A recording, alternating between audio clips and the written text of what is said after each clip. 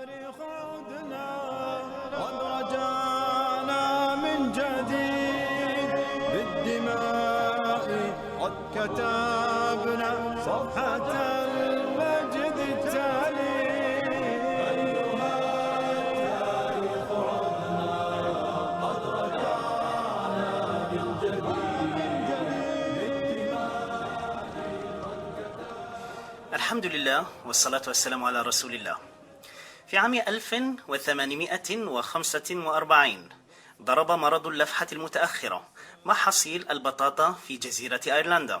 هذا المرض تسبب بدمار محصول البطاطا الذي كان أغلب الفقراء الأيرلنديين يعتشون عليه، مما تسبب في أكبر مجاعة في تاريخ أيرلندا.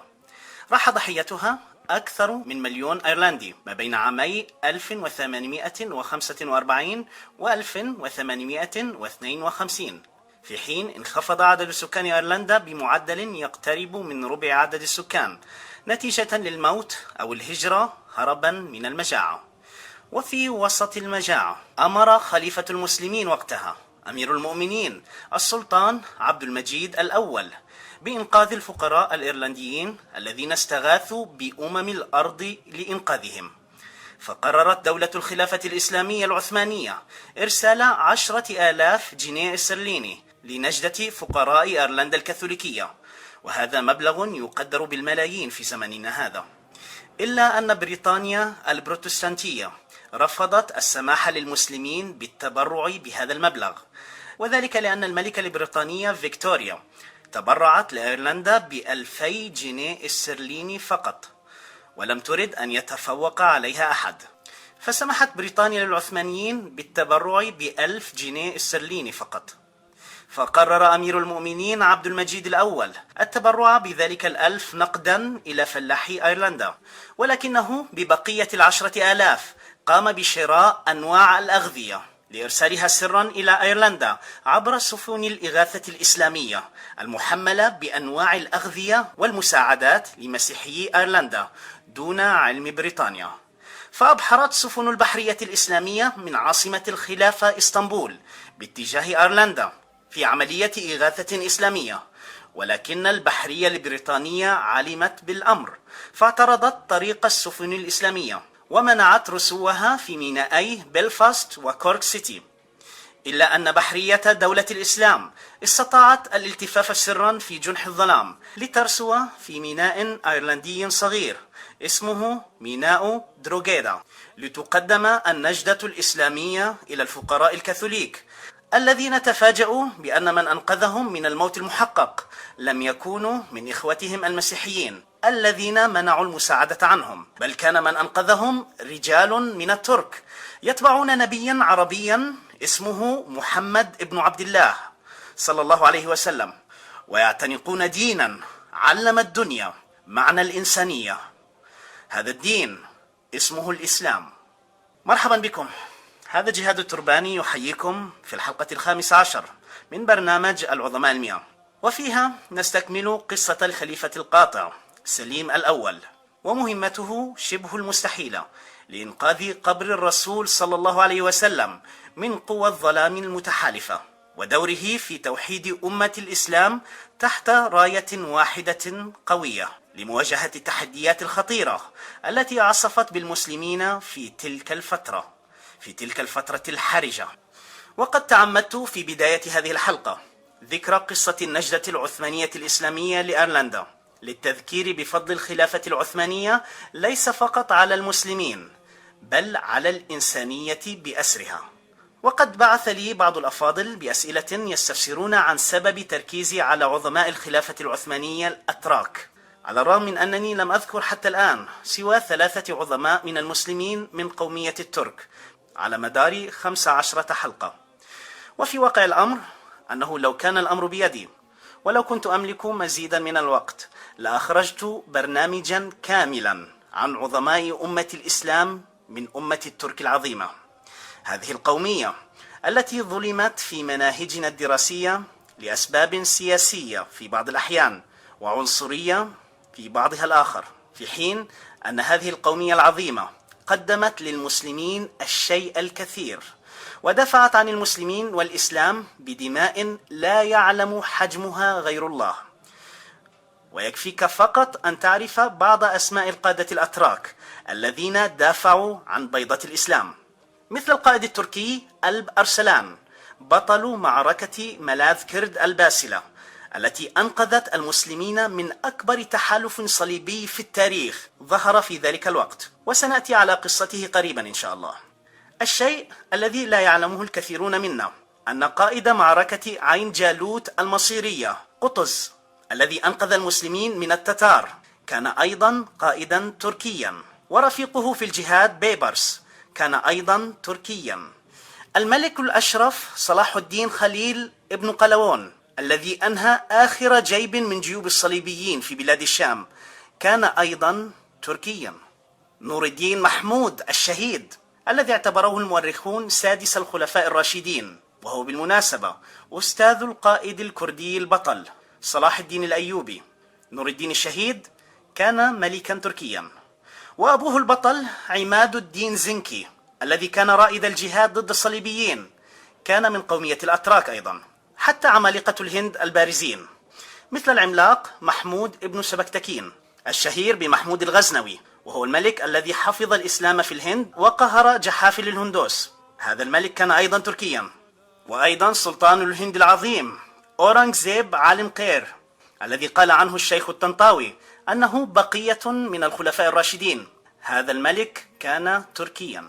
ولا ننسى أيضا محمد الفاتح صاحب بشارة رسول الله صلى الله عليه وسلم في فتح القسطنطينية، وحفيده سليم الأول الذي أنقذ قبر الرسول صلى الله عليه وسلم من النبش، وابنه سليمان وبقية أحفادهم العثمانيين حتى عبد الحميد الثاني الذي رفض بيع فلسطين للصهاينة.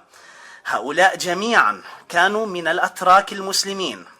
ولو أردت فقط ذكر أسماء عظماء الترك المسلمين في هذا البرنامج لما اتسعت هذه الحلقة لمجرد ذكر أسمائهم. وهذه هي روعة هذا الدين، فهذا الدين دافع عنه جميع المسلمين، دفعت عنه كل القوميات المسلمة باختلاف أجناسها وألوانها. أما من كان يعتقد أن الإسلام فقط حكر علينا نحن العرب دون غيرنا، فعليه أن يترك هذه الأمة وليذهب إلى قبيلته لينظم هناك شعرا يسب فيه قبيلة أخرى، وليبحث لنفسه عن أمة أخرى غير أمتنا العظيمة التي لا تعرف فيها مكانا للعنصرية أو المرضى العنصريين. والحقيقة أننا عندما نذكر الخلافة العثمانية التي أسسها بطلنا سليم الأول رحمه الله لا نذكر دولة كان يحكمها ملائكة، فلا العثمانيين كانوا ملائكة ولا المسلمين في وقتهم كانوا من الصحابة. فالخلافة العثمانية التي درسونا إياها باسم الاحتلال التركي كانت دولة كغيرها من دول الإسلام، لها ما لها وعليها ما عليها. فمن سلبيات هذه الدولة مثلا أنها كانت ذات نزعة صوفية مبالغ بها إلى حد ما، انتشرت من خلالها بدع لم تكن من هدي الرسول صلى الله عليه وسلم. ولكن هذا الأمر السلبي لم يكن بالطريقة الضخمة التي يراد لنا أن نتصورها، للدرجة التي أصبح فيها بعض المغفلين يصفونها بالدولة الشركية والدولة القبورية. ولو علم هؤلاء المساكين أنه لولا تقدير الله للعثمانيين للدفاع عن مقدسات هذه الأمة لما يزيد عن 600 عام، لكان هؤلاء الذين يصفون هذه الدولة بتلك الأوصاف البشعة لربما كان هؤلاء الآن رعاة للخنازير لدى الصليبيين الذين كانوا ينوون احتلال أرضهم وتحويل دين أجدادهم للدين الصليبي واغتصاب جداتهم ونبش قبر نبيهم محمد صلى الله عليه وسلم. وعلى الرغم من كل السلبيات فقد كانت الدولة العثمانية الإسلامية دولة سنية عظيمة دافعت عن المسلمين ل600 عام، أي ما يقرب من نصف تاريخ هذه الأمة منذ بعثة الرسول صلى الله عليه وسلم وحتى الآن، منها 400 عام كخلافة إسلامية أجمع على صحتها علماء المسلمين في القديم والحديث. ويكفيك أن تقرأ ما كتبه الفقيه والمؤرخ الكبير ابن العماد الحنبلي في كتابه شذرات الذهب في أخبار من ذهب.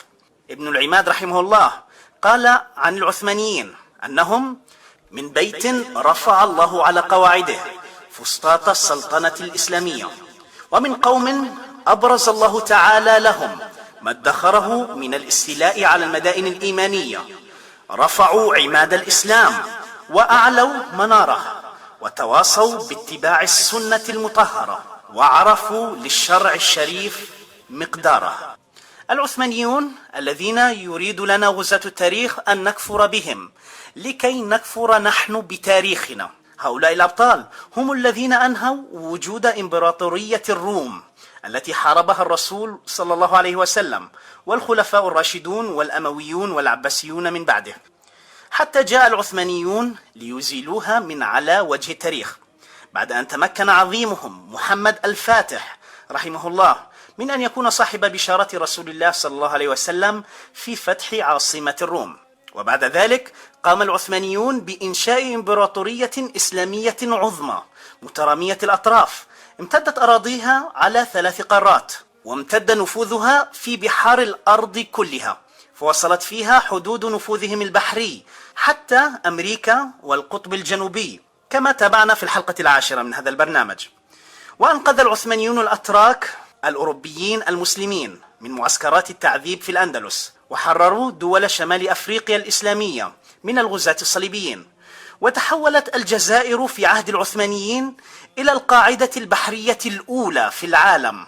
وساعد العثمانيون أيضا إخوتهم المسلمين حتى في الأقاليم التي لم تنضوي تحت راية الخلافة العثمانية، فساعدوا إخوتهم المجاهدين المغاربة في معركة وادي المخازن التاريخية، على الرغم من أن المغرب لم تكن يوما ضمن حدود الخلافة العثمانية. نفس الحال مع عمان، عندما تعاون المجاهدون العثمانيون مع المجاهدين العمانيين في صد الحملات الصليبية البرتغالية والصفوية في أكثر من حادثة في التاريخ، كانت فيها البحرية العمانية والعثمانية تعملان جنبا إلى جنب لنصرة المسلمين، حتى قام مجاهدو عمان اليعاربة في تحرير عمان بالكلية من آخر جيب صليبي برتغالي على أرض عمان، وسنأتي على قصتهم قريبا إن شاء الله.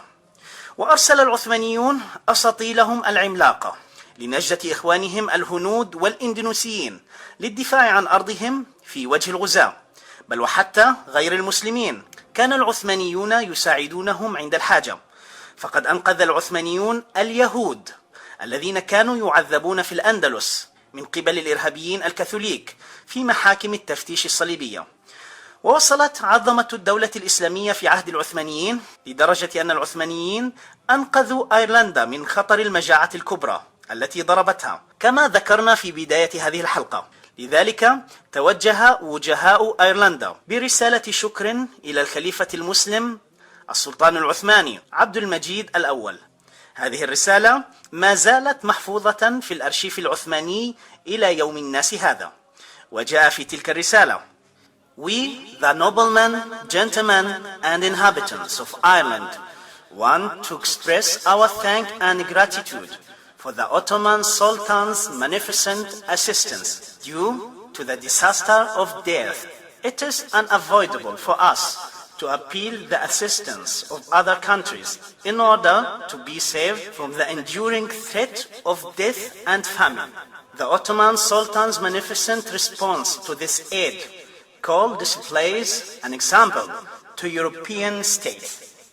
وملخص هذه الرسالة أن وجهاء وسادة أيرلندا يشكرون السلطان العثماني لما قدمه لهم لإنقاذهم من المجاعة، وأنهم يرون أنه ما قام به العثمانيون يعتبر قدوة لبقية الدول الأوروبية.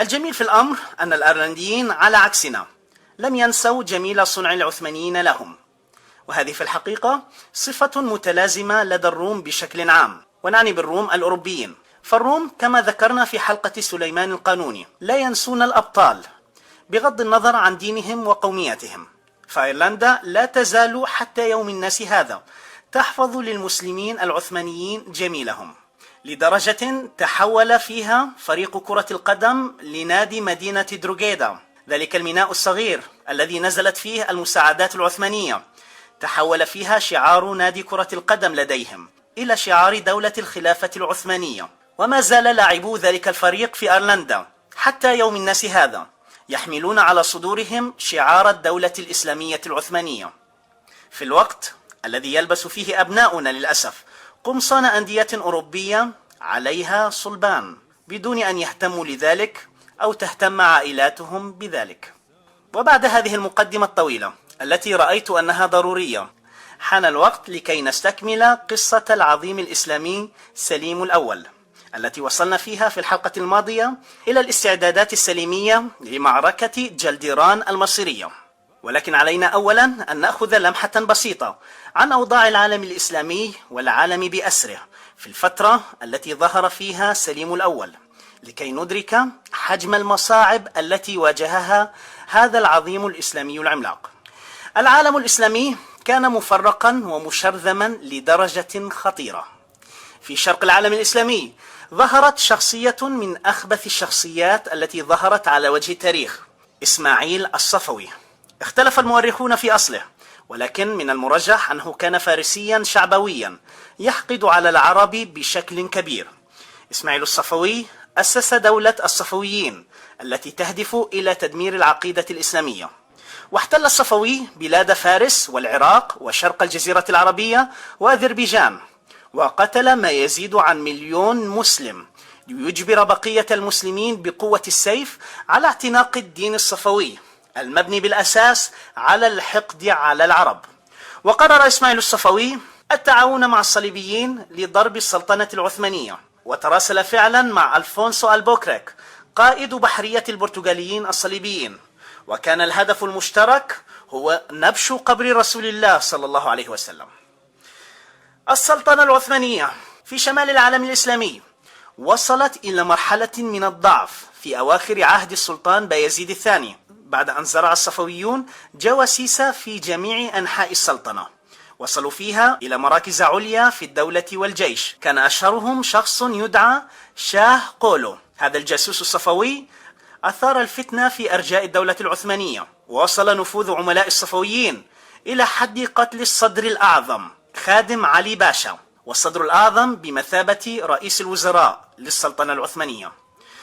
وظهرت أيضا في السلطنة العثمانية بوادر تعاون سري بين الأمير أحمد بن بايزيد الثاني والصفويين، وصار الأمير أحمد المرشح المفضل للصفويين لتقلد منصب السلطان، وصارت السلطنة العثمانية على وشك الانهيار والتفكك، الأمر الذي شجع الصفويين على التحرش بالدولة العثمانية من حين إلى آخر والعمل على تدميرها لتغيير دين المسلمين السنة إلى الدين الصفوي.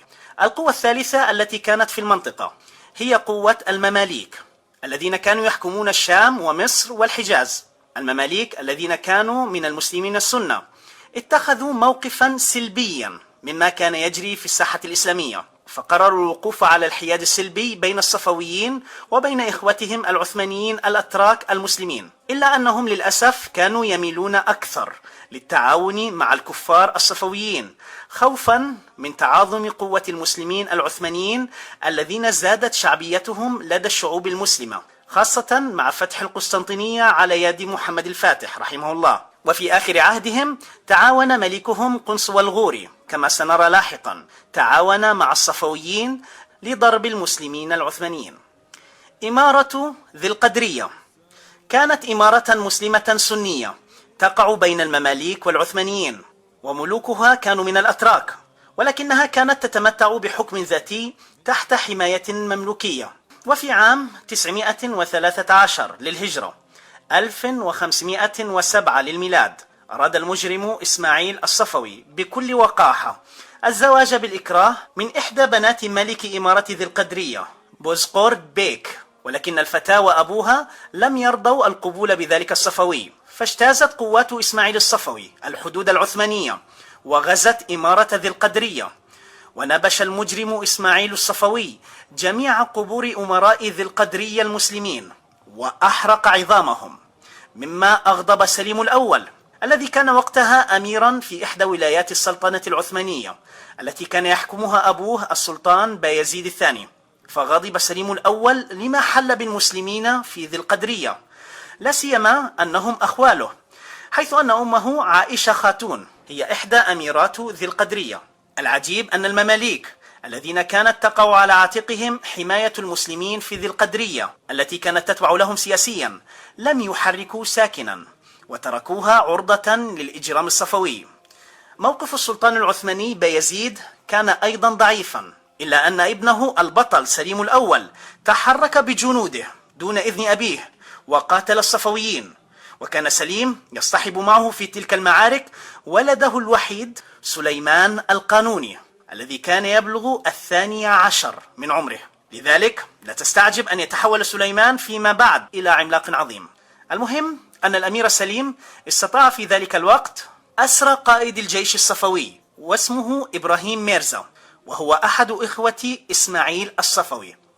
فبعث إسماعيل الصفوي إلى السلطان بايزيد رسالة يطلب منها فك أسر أخيه، وللأسف أمر السلطان الضعيف بايزيد الثاني إطلاق سراح إبراهيم ميرزا الصفوي، وعلى الرغم من غضب سليم من أمر أبيه إلا أنه في نهاية الأمر أطاع أوامر السلطان. ولكن إحساسا كبيرا بالغضب كان يملأه للهوان الذي وصلت إليه حال المسلمين بسبب ملكهم الضعيف. إمارة بني رمضان، وهي إمارة صغيرة في الأناضول، ظهرت أثناء انحلال دولة سلاجقة الروم، وهم أيضا أتراك، وكانت عاصمتهم أدنا. أما في غرب العالم الإسلامي تم القضاء على الوجود الإسلامي في الأندلس نهائيا، وتعرض المسلمون فيها لمجازر بشعة، فتعرضوا للقتل والتعذيب المرعب في محاكم التفتيش المخيفة التي كان يشرف عليها القساوسة الكاثوليك. وكانت دول شمال أفريقيا المسلمة تتعرض من حين إلى آخر لحملات صليبية تهدف بالأساس إلى تغيير دينهم. أما المغرب فقد كان الهدف الأول للغزو الصليبي بعد أن سيطروا على الأندلس بالكلية، وأرادوا الانتقام من المجاهدين المغاربة الذين لطالما لقنوا الصليبيين دروسا عديدة في الأندلس. كانت هذه لمحة بسيطة عن العالم الإسلامي في الوقت الذي ظهر فيه سليم القاطع.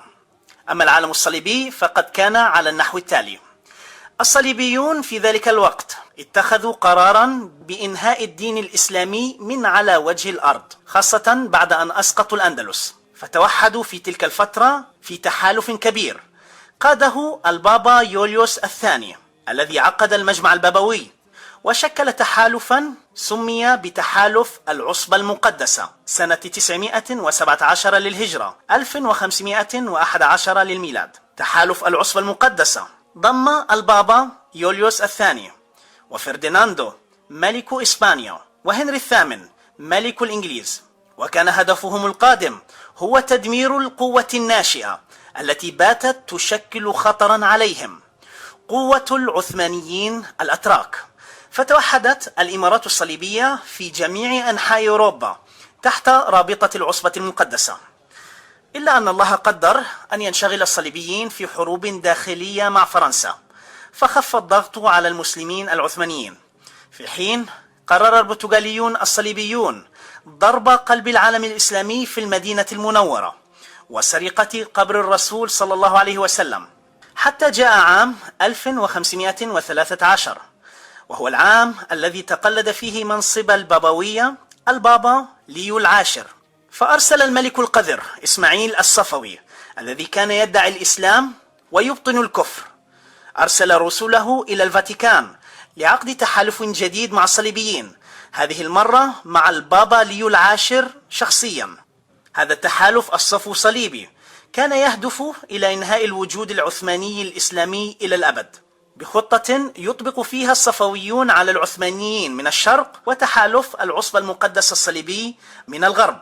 وفي نفس الوقت تراسل إسماعيل الصفوي مع الصليبي البرتغالي الحاقد ألفونسو دي ألبوكراك للانقضاض بهجوم موحد على مدينة رسول الله صلى الله عليه وسلم. وفور تسلم القائد سليم الأول مقاليد الحكم في السلطنة العثمانية، قام مباشرة بتوحيد الدولة والقضاء على المتمردين كما ذكرنا في الحلقة الماضية. وبعد أن اطمأن على وحدة البلاد توجه القائد سليم القاطع ليقطع رأس الحية الصفوية في عقر دارها، وذلك على رأس جيش مكون من 100,000 مقاتل عثماني. المهم أن السلطان سليم الأول ركب على ظهر جواده وقرر أن يقود تلك المعركة بنفسه على الرغم من تحذيرات قادته له، لأن الطريق كان طويلا وشاقا من العاصمة إسطنبول إلى ميدان المعركة، لا سيما تحت أشعة الشمس الملتهبة التي ظهر أن السلطان سليم الأول يتأثر بها، ولكنه رفض كل النصائح وقرر أن يجاهد بنفسه على ظهر جواده. وزاد من صعوبة الطريق قيام الملك الخبيث إسماعيل الصفوي بحرق جميع المحاصيل الزراعية في طريق جيش المسلمين لكي تنعدم المؤونة عن الجيش المسلم الذي كان يتكون من 100,000 مقاتل، في حين قام هذا الخبيث بمناورات هنا وهناك لكي يطيل أمد انتظار المسلمين للمعركة دون وجود مؤونة. وبعد أن اطمأن الصفوي أن المسلمين قد نالهم التعب الشديد من قلة المؤونة والسفر الشاق، قرر أخيرا ملاقاة المسلمين في وادي جلدران الذي اختاره هو بنفسه لكي يلتف على جيش المسلمين. فالتقى الجيش الصفوي بقيادة إسماعيل الصفوي مع الجيش المسلم بقيادة القائد العام للقوات العثمانية المجاهدة سليم الأول في وادي جلدران. احفظ معي جيدا هذا التاريخ: 2 من شهر رجب سنة 920 للهجرة، 23 من شهر آب أغسطس سنة 1514. احفظ هذا التاريخ جيدا، فهو تاريخ يوم من أيام الله الخالدة لتبدأ أحداث معركة المصير، معركة الإسلام. إنه تاريخ معركة جلدران المصيرية.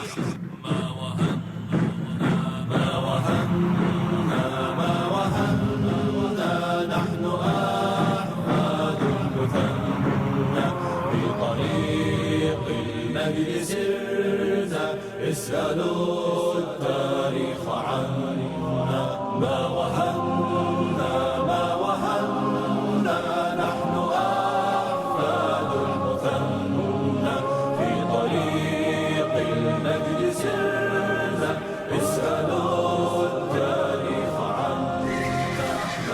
ومع انطلاق شرارة المعركة بدأ الهجوم الإسلامي بشكل أدهش الصفويين، فقد أمر القائد العام للقوات الإسلامية المجاهدة السلطان سليم الأول بفتح الجناحين على شكل هلال، ثم أمر المدفعية العثمانية بفتح نيرانها على الصفويين لتبدأ جثث الصفويين بالتساقط في ميدان المعركة. بعدها أمر القاطع بإغلاق الجناحين وقدم فرقة الاحتياط إلى الأمام، وأمر بالهجوم على مركز الجناح الصفوي الأيمن للقضاء على الملك إسماعيل الصفوي الذي كان هناك. جرحت يد الشاه ورجله، ولكن الخبيث كعادته ألبس ثيابه لشبيه له من أتباعه، بينما ولى هو هاربا كالجرذام من ميدان المعركة تاركا جيشه وراءه لكي يتساقطوا واحدا تلو الآخر أمام جيش المسلمين. وما هي إلا لحظات حتى كان جيش الإسلام قد قضى على قادة الصفويين كلهم، وصار عشرات الآلاف من الجنود الصفويين ما بين قتيل أو أسير. وتعالت صيحات الله أكبر في ميدان جلدران، وسجد القائد سليم الأول شكرا لله على هذا النصر، ولكنه وبالرغم من هذا النصر الكبير ركب على ظهر جواده من جديد قاصدا عاصمة الصفويين. فانطلق سليم الأول راكبا ظهر جواده باتجاه تبريز عاصمة الصفويين، ولما سمع إسماعيل الصفوي بقدوم المسلمين نحو عاصمته التي هرب إليها، هرب منها هذا الجبان مسابقا الريح خوفا من أن يقطع القاطع رأسه، ومن شدة خوفه ترك هذا الجبان زوجته خلفه ليختبئ في مدينة أخرى تسمى خوي. فحرر السلطان العثماني البطل سليم الأول مدينة تبريز من الاحتلال الصفوي، فاستقبله الناس بالورود، وقد كان سكان تبريز من المسلمين السنة الذين تعرضوا لألوان العذاب من قبل الصفوي. وفي يوم الجمعة الموافق 18 من شهر رجب من عام 920 للهجرة رفع المسلمون الأذان لصلاة الجمعة في مآذن مدينة تبريز الفارسية لأول مرة منذ احتلالها من قبل الصفويين، وصلى البطل سليم الأول صلاة الجمعة فيها، ودعا له المسلمون بالنصر والتمكين.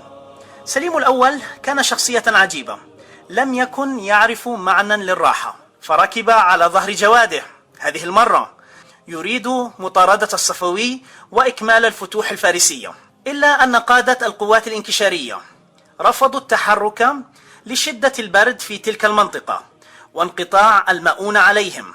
العجيب أن السلطان سليم الأول طلب المعونة من أراضي السلطنة العثمانية، إلا أنه تفاجأ أن تلك المؤونة لم تصل إلى قوات المسلمين، وسنعرف لاحقا السبب الذي منع وصول تلك المؤونة. وبعد أن ظهرت بوادر للتمرد من قبل قادة قوات الانكشارية الذين ظنوا أن هذا السلطان الجديد كملكهم السابق الذي كان ضعيفا، اضطر القائد سليم الأول إلى وقف الفتح في بلاد فارس، ورجع بجيشه إلى العاصمة إسطنبول. وما أن وصل هناك حتى أعدم كل قائد عسكري لم يستمع لأوامره الحازمة بضرورة القضاء على الصفويين، فقضى على المتمردين بدون رحمة، ليدرك بقية قادة الجيش أنهم أمام قائد حازم لا ينبغي العبث معه مرة أخرى.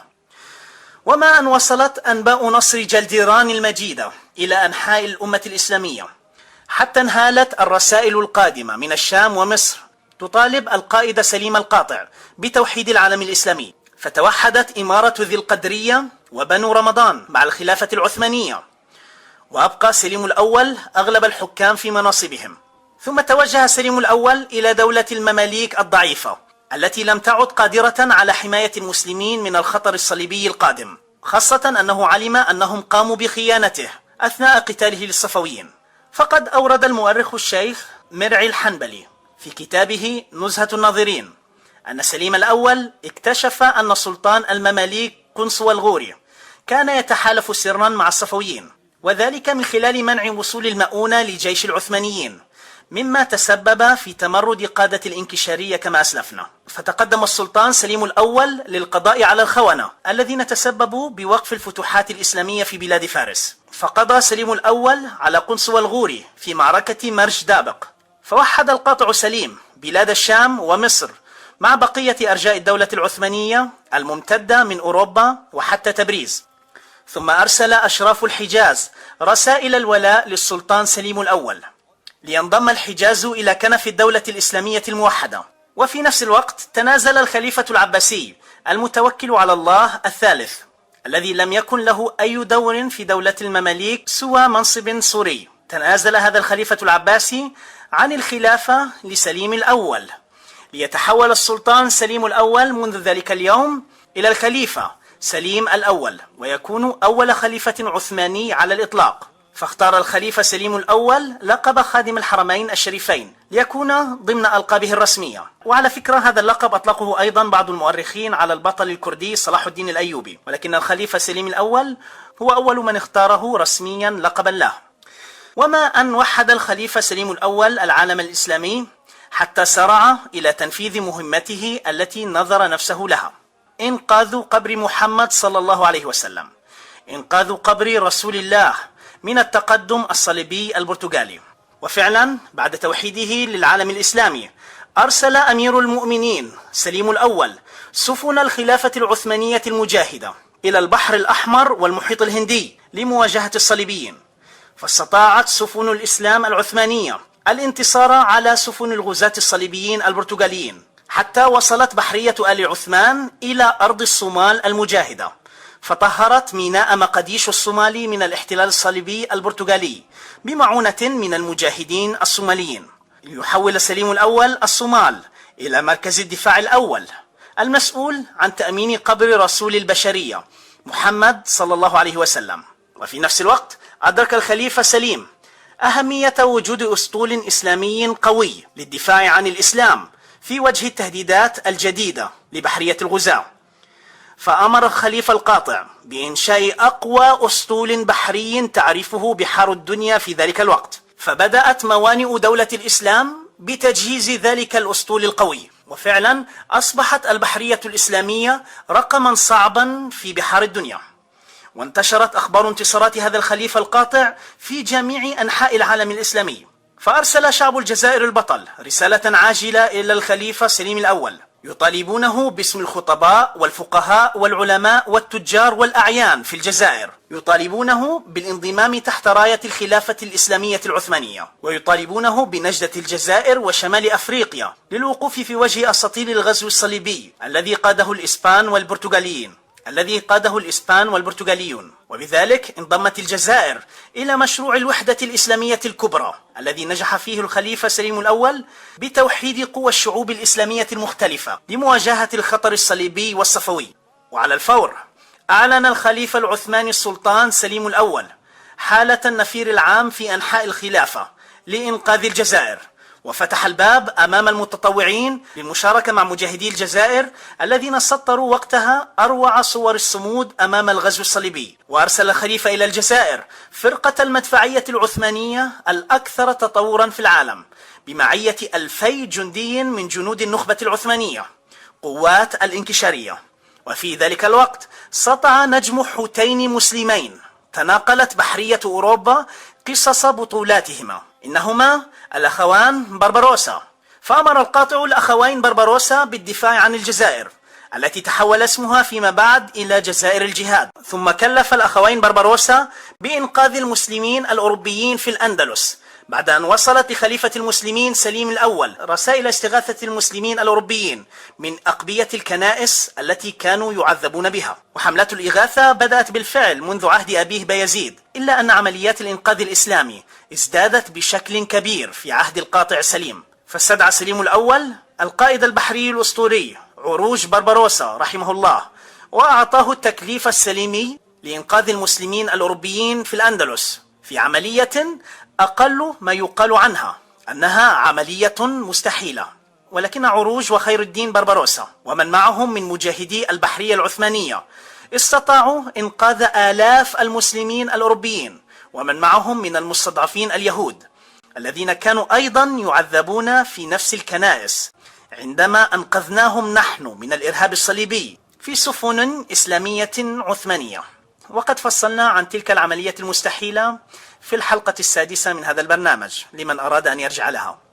الأسرى المسلمون الذين تم تحريرهم من الأندلس قصوا على إخوتهم المسلمين قصص تعذيبهم المرعبة التي كانوا يواجهونها في أقبية الكنائس المظلمة تحت إشراف القساوسة الكاثوليك. هذه القصص أغضبت سليم الأول غضبا شديدا، خاصة بعد قيام بعض قادة الصليبيين الذين كانوا يعيشون داخل الدولة الإسلامية بالتعاون سرا مع الجيوش الصليبية، وذلك لإثارة القلاقل داخل أرض الخلافة الإسلامية. فقرر سليم الأول أن يخير المسيحيين الذين كانوا يعيشون داخل الدولة الإسلامية، قرر أن يخيرهم بين الإسلام أو الرحيل من بلاد المسلمين إلى البلدان الصليبية.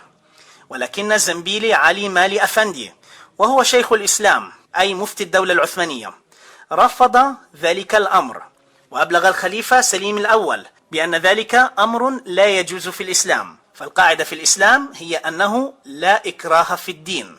فوافق خليفة المسلمين سليم الأول على رأي العالم الجليل، وترك المسيحيين ليعيشوا بأمان في دولة الخلافة الإسلامية في الوقت الذي يذبح فيه المسلمون في أرض الصليبيين.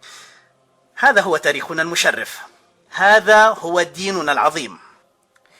واستمر الخليفة القاطع سليم الأول في توحيد الأمة وقيادة الجيوش المجاهدة بنفسه من معركة إلى معركة، حتى لاحظ المقربون منه أن مظاهر التعب والشحوب بدت بادية عليه، فأرسلوا الأطباء إليه ليكتشف الأطباء أن خليفتهم المجاهد قد أصيب بمرض سرطان الجلد نتيجة لتنقله بنفسه على ظهر جواده من معركة إلى معركة تحت أشعة الشمس الملتهبة منذ أول يوم من أيام توليه للسلطنة. وقيل أيضا أنه أصيب بمرض نتيجة لتنقله المستمر في ساحات الجهاد حيث تنتشر الأمراض والأوبئة، بالإضافة إلى سفره المستمر للجهاد إلى بلدان ذات مناخات مختلفة ومتناقضة أشد التناقض، وتعرضه لما في جوها من أمراض. فنصحوا الأطباء بالراحة، إلا أن أمير المؤمنين المجاهد سليم الأول لم يكن يعرف معنى هذه الكلمة الراحة، فرفض طلب الأطباء وقرر أن يخرج بنفسه رغم مرضه وتدهور صحته لكي يقود جيشا متوجها إلى جزيرة رودوس لقتال قراصنة القديس يوحنا الذين كانوا يعيثون الفساد في البحر المتوسط. وقراصنة القديس يوحنا مجموعة من أكثر الطوائف الصليبية الحاقدة على الإسلام، اشتركوا في الحروب الصليبية في فلسطين قبل أن يطردهم منها القائد صلاح الدين الأيوبي رحمه الله، وقد فصلنا عن قراصنة القديس يوحنا في الحلقة السابعة. وبالمناسبة بدأت تلك المجموعة الصليبية في الآونة الأخيرة بالعودة إلى فلسطين من جديد، هذه المرة تحت مسمى جمعيات خيرية ومستشفيات، وقاموا فعلا ببناء مستشفى في القدس، وهم يبنون الآن مستشفى للعيون في غزة، وينتظر أن يضعوا شعارهم بشكل كبير في قلب غزة. وهذه رسالة للمسؤولين في غزة: هذا الشعار لم يرفع في فلسطين منذ عهد صلاح الدين الأيوبي، وأنتم مسؤولون أمام الله إذا ما تم ظهوره من جديد في غزة. لا يغرنكم شعارات الجمعيات الخيرية، هذا الشعار له دلالات صليبية عميقة. ألا هل بلغت؟ اللهم فاشهد. ورغم مرضه الشديد ركب فارسنا سليم الأول على ظهر جواده، واستمر في طريقه للجهاد استعدادا لقتال قراصنة القديس يوحنا، ورفض كل الدعوات التي طلبته بالعودة إلى العاصمة والراحة فيها. واستمر هذا الفارس بالسفر على ظهر جواده تحت أشعة الشمس الملتهبة التي لم يكن يأبه لها، في سبيل هدفه الأسمى والأنبل، في سبيل إنقاذ قبر محمد صلى الله عليه وسلم، وإنقاذ الأمة الإسلامية من خطر الصفويين والصليبيين، في سبيل توحيد هذه الأمة ولم شملها بعد سنوات طويلة من التفرق والتشرذم. في كل تلك المعارك والحملات التي قام بها في سبيل هذا الدين، لم يكن القاطع يشعر بلهيب الشمس الحارقة وهو على ظهر جواده، أو ربما كان يشعر بها، ولكن لم يرد أن يعلم أحد بما يعانيه من ألم وتعب. فهو سليم، الشخصية العجيبة بالفعل التي تعلمت منها شخصيا الكثير وأنا أعد لهذه الحلقة.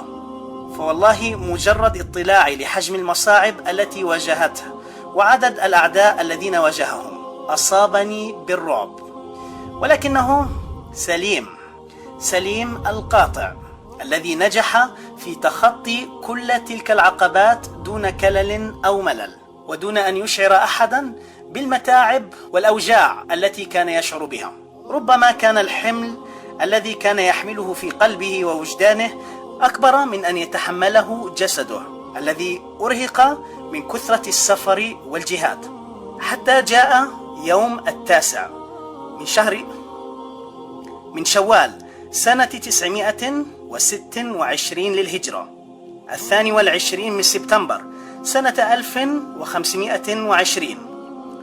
في هذا اليوم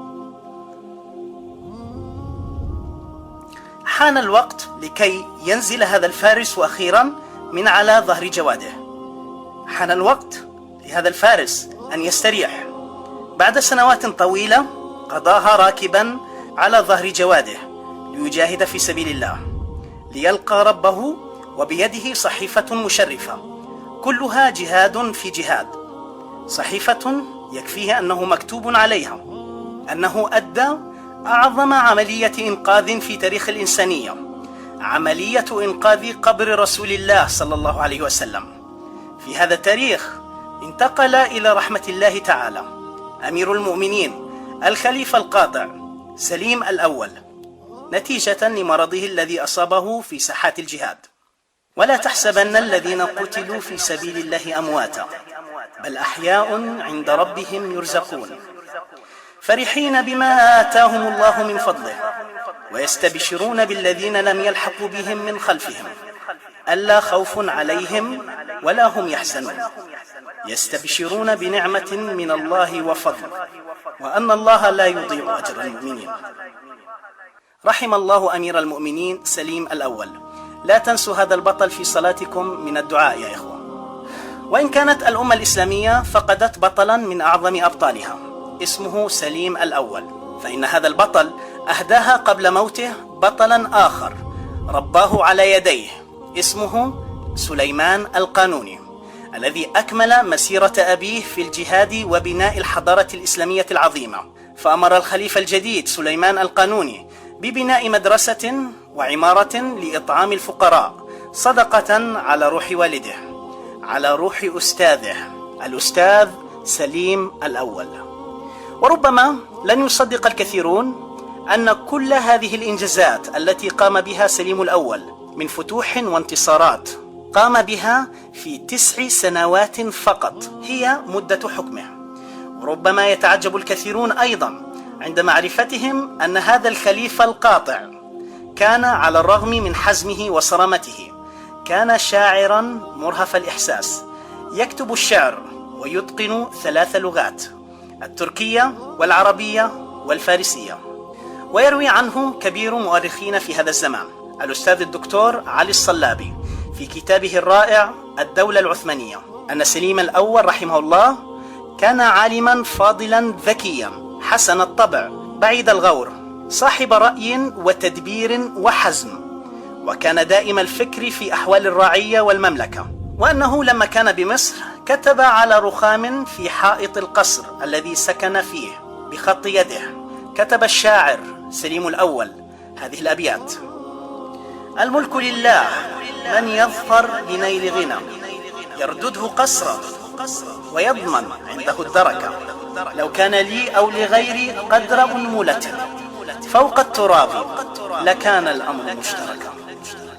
ويروى أنه نتيجة لحزم وحسن تدبير الخليفة سليم الأول وتنفيذه لأحكام رادعة على كل وزير يثبت عليه الفساد أو عدم قيامه بدوره في إدارة شؤون المسلمين بالشكل الأمثل، انتعش الاقتصاد الإسلامي في عهده بشكل كبير، حتى امتلأت خزينة الدولة الإسلامية بالأموال بشكل هائل.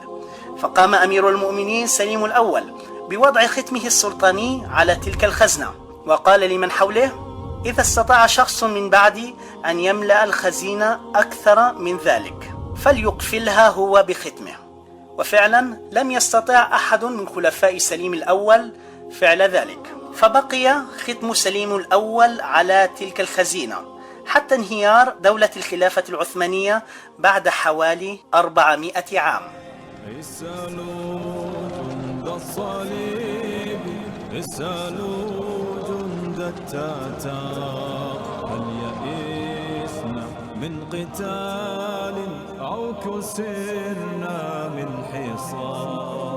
واذكروا فتحا لمكة بعد صابر وانتظار، طارق في وادي لكة خاض أمواج البحار. ولكن هل توقف الصفويون عن خيانتهم للأمة الإسلامية؟ وهل فعلا قام البرتغالي فاسكو دي غاما باكتشاف طريق رأس الرجاء الصالح لأغراض تجارية كما تعلمنا في مدارسنا؟ أم أن هناك أهدافا صليبية دفينة وراء ذلك الاكتشاف؟ وما هو سر حقد الصفويين القدماء والصفويين الجدد على العرب بالتحديد؟ وما هي حكاية العرب منذ البداية؟ ولماذا اختار الله خاتم أنبيائه من هذه القومية بالتحديد؟ ولماذا كانت جزيرة العرب المكان الأمثل لخروج رسالة التوحيد للبشرية بأسرها؟ للإجابة عن هذه التساؤلات وغيرها تابعوا معنا الحلقة القادمة لنروي حكاية أرض عربية إسلامية عظيمة اسمها عمان، لنتابع هناك معا قصة بطل عظيم من أبطال العرب. هذا البطل كان القائد الذي أشعل شرارة المقاومة العمانية الباسلة ضد تحالف قوى الظلام والرجعية المكون من الغزاة البرتغاليين الصليبيين والخونة من الفرس الصفويين. كونوا في الموعد. السلام عليكم ورحمة الله وبركاته.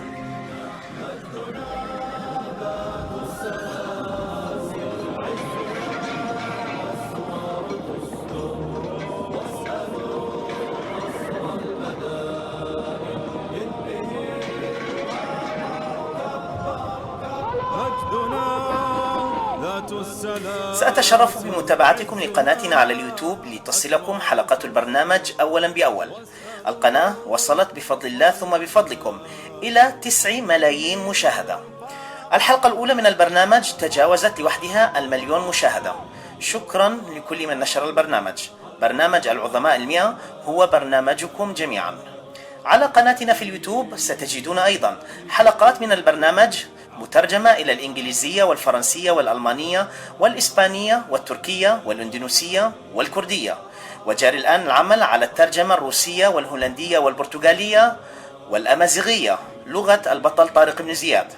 وسأتشرف أكثر بقراءة تعليقاتكم واستقبال صوركم لعرضها في الحلقات القادمة، وذلك من خلال صفحة البرنامج الرسمية والوحيدة على الفيسبوك. اسم الصفحة 100 من عظماء أمة الإسلام غيروا مجرى التاريخ.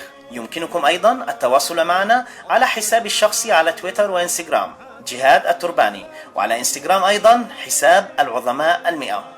أما الآن فتابعوا معي التعليقات والصور التالية بصحبة كلمات أمير الشعراء أحمد شوقي رحمه الله، كان قد كتبها إلى كمال أتاتورك في بداية حياته قبل أن يكتشف شوقي حقيقة أتاتورك ويهجوه في قصيدة أخرى.